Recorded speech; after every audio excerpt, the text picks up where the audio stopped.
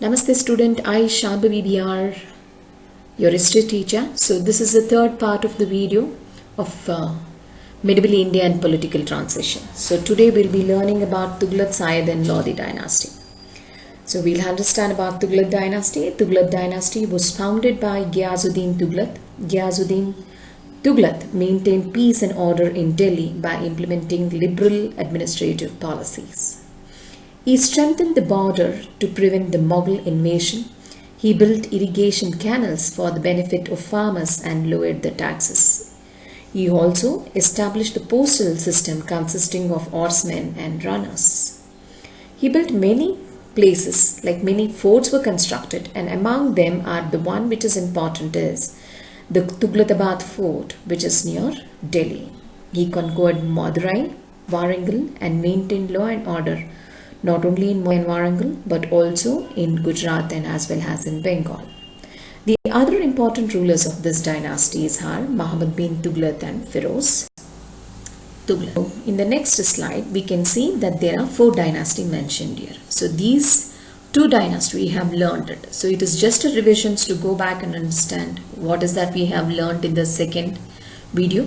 So in Delhi Sultanate, it was a period between 1216 AD to 1526 AD in Indian history is known as the Delhi Sultanate.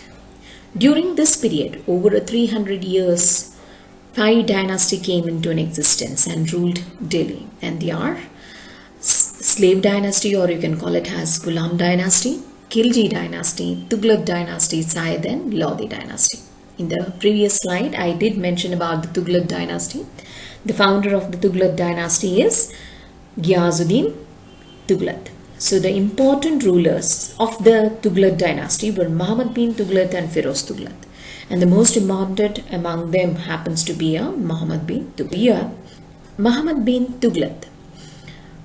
He was a scholar of Persia and Arabic, which means to say that he had mastered even in Persian language and as well as Arabic languages. He was an expert in mathematics, physics and medicine, Persian poetry, astronomy and other subjects. Highly learned man. Though he was a man of knowledge, he had a few weaknesses too, which you call it as an abnormalities in his personality. So there was a kind of an abnormality in his personality. What is this kind of an abnormality? He is a man who thinks ahead of his times, sometimes even ahead of the centuries. So probably his knowledge was as vast that he could think ahead of times, not just a times but even often centuries. So his thoughts varied. It was never thoughts which could maintain a law and order or any kind of a situation which was existing for the present time, but his thoughts, his ideas and his views were much ahead of the times and centuries.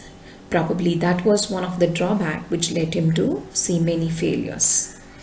So but his official neither had an integrity nor the maturity to implement his plan, which was much ahead of their thinking or their power of capacity to analyze it. He implemented various rules which happens to be a failure. Now coming to administrative reforms. An official record that had all the details of the land of the emperor was implemented by him. He established a department of agriculture. The uncultivated lands were made cultivable and various schemes were implemented to provide financial assistance to the farmers. But the farmers of Doab had to pay a higher land taxes during his time. So there was a kind of a revenue reforms. So land records, as we can see here in the slide, the land records were maintained. Not only the land records were maintained, but also you can understand that he established a department for agriculture. Maintaining a department for agriculture, as we can see here, department for agriculture was in order. Like he had a separate ledger, separate books to maintain what is an income generated by farmers, how it have to be taxed, and what is a cultivable lands and which are the uncultivable lands, and how the uncultivated lands can be brought into cultivation by adopting an improvised agricultural system. Not only that, but he also introduced various schemes and taxes to the kingdom. Next slide, we can see how he shifted his capital, like why he wanted to shift his capital from Delhi to Devagiri.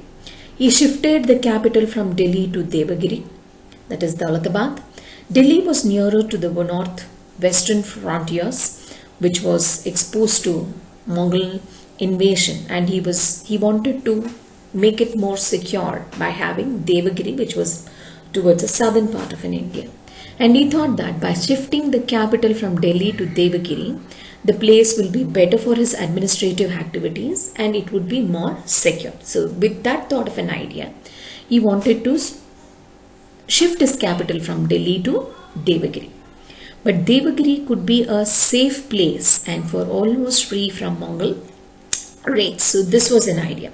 Devagiri was situated at the central place so that the administration of the north and south could be possible. Not just a center for his empire, but at the same time it would be a possible of having a secured capital. So with this idea, he wanted to shift. There were two main reasons, as I told you. One is to establish a capital at the center of the place, and the other one is to protect the city from the foreign invasion. Though the plan was good, proper, precautions were not taken to implement this. So, as a result, the innumerable common man had to suffer, the common people have to suffer, because he just did not think of shifting only the capital but the entire city with its population. So this hampered, and during those days, as we know, we did not have a transportation system, and the transportation system was very little, and with only the rich people who could afford the transportation system could migrate from place to place. But whereas the common ordinary man and lower income or economically weak sections of the society had to suffer, they had to travel by foot from Delhi to Devagiri. The distance from Delhi to Devagiri was too vast, and people had to die, or people did not like an idea. So in the meantime, while shifting the entire capital with its population from Delhi to Devagiri was practically impossible, and that led to a failure. After coming in the midway, what did he do? He came to know the plight of the people and the decision what he took has a wrong. So he asked them to march away, and this led to a further problem of. So next is we can see the currency experiment what he carried out. Here the experiment of symbolic coins.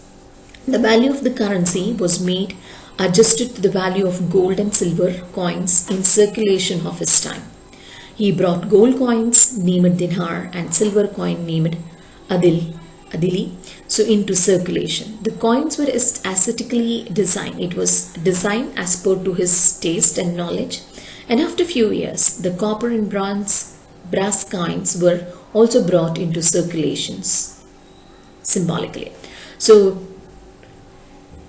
here, as you can see, Muhammad bin Tughlaq needed to replenish the royal treasures, so that he decided to issue a bronze coin by passing the royal order. And later on, what he wanted to do is, so these coins were to be accorded to the same value, which means to say the purchasing power of the coin, so that is gold is equal to silver. So whatever the metals are here, or whatever the metals what we are talking about here, issuing a bronze coin or issuing a gold coins, so he did not gauge the capacity or the value of the metal, but he wanted to come into an order of saying the purchase power would be as same. Bronze coins would be as same as silver coin. In other words, he wanted the market to mentally consider as bronze as silver and silver as bronze, and so on. 1 kg of bronze could buy the same goods as 1 kg of silver. So you can just understand each and every metal has its own value and has its own weight. But here, not just we are not talking about weight, but the value of the metal As if I say, for an example, bronze can be as equity to silver or a gold, will anybody accept it? So practically people knew what is the value of a bronze and what is the value of a silver. They didn't want it to go by the rule or go by the order what he wanted to have an experiment. And let me tell you why he wanted to make bronze, because most of his treasure, whatever the treasure he had, it was drained out by invasion and expansion and experiments. So there was not much of treasures left in his treasury. So he wanted to create an idea of implementing the rules and regulation where people had to go by his order. So he introduced coins and equitized it with the same value. And then minting coins was also vested with the government alone. Families who had a traditional rights to mint coins were also there. The coins were minted more than the required number without the permission of Sultan.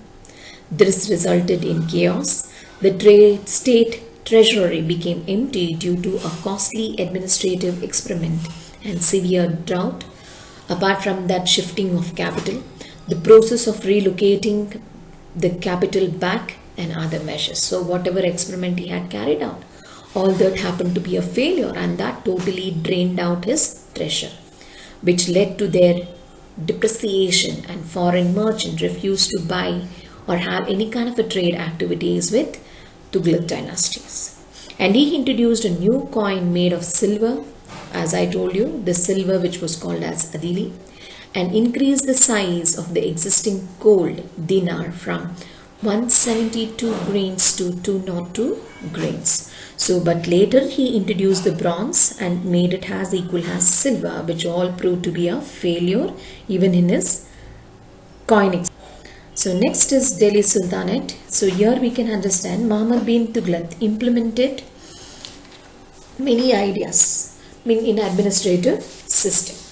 So in the areas wherever he had conquered, especially in Deccan Plateau, so he had conquered Warangal and made Kakatiyas, that is, it was a capital of Kakatiyas, and he had destroyed the Dwarasamudra, the capital of Vaisala.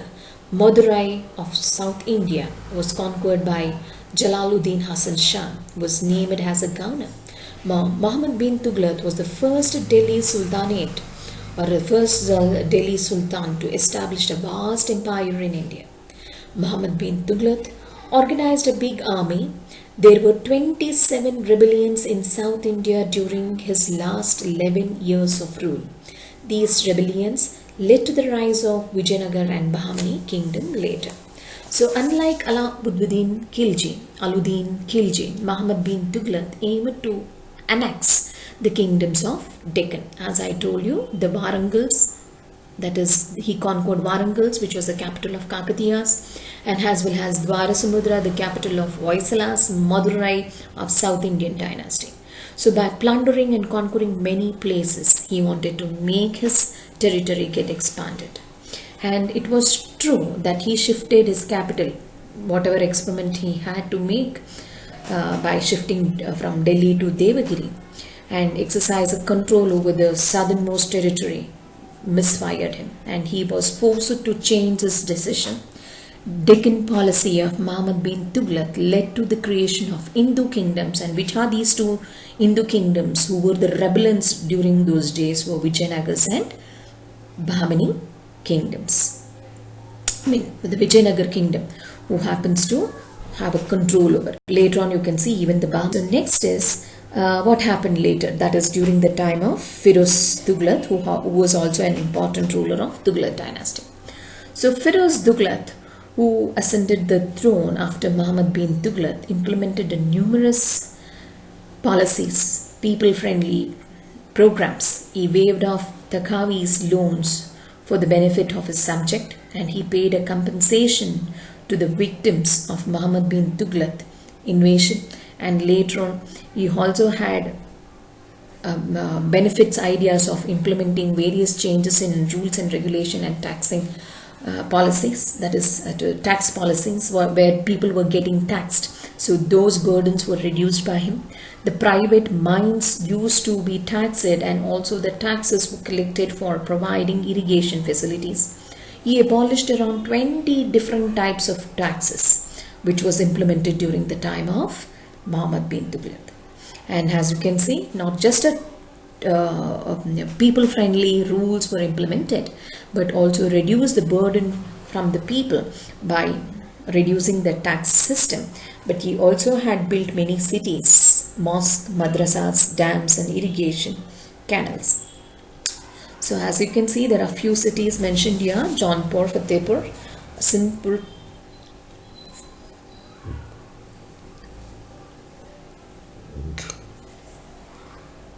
Firozharipur and Firozabad were the few important cities built during his time.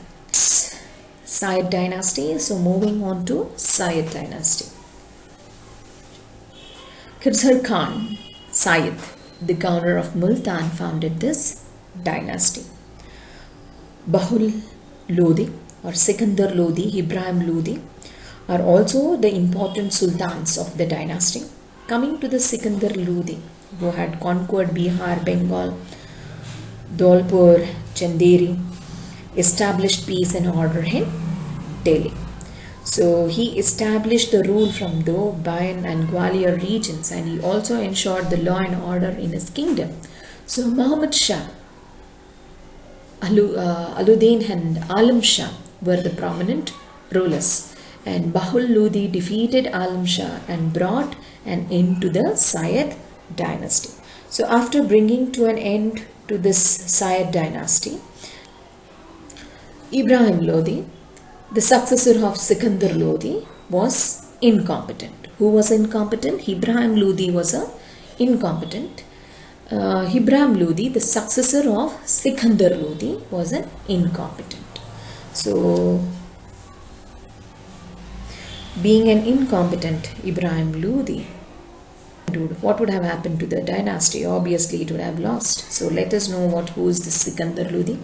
Sikandar Lodi, born in Nizam Khan, was the Sultan of Delhi between 1489 and 1517. He became the next ruler of a Lodi dynasty after the death of his father Bahul Lodi in July 1489. So here Ibrahim Lodi, as we know, he was an incompetent. So Sikandar Lodi came into power. So there were frequent attacks from these invaders. So Afghans were invited to invade India by the governor Alam Khan. So they invited Afghans to come and loot the India because their treasures were in plenty. So later on, Alam Khan and Daulat Khan had a plan to invade India. Thus, Babur invaded India. He defeated Ibrahim Lodi in the first battle of Panipat in 1526 in Common Era and established the Mughal rule in India. And so that is how the Sikandar Lodi and the Lodi dynasty, the entire Lodi dynasty came into an end and to the rise of Mughal dynasty in India. So after hearing this, I need you to write the questions mentioned in your textbook. Thank you.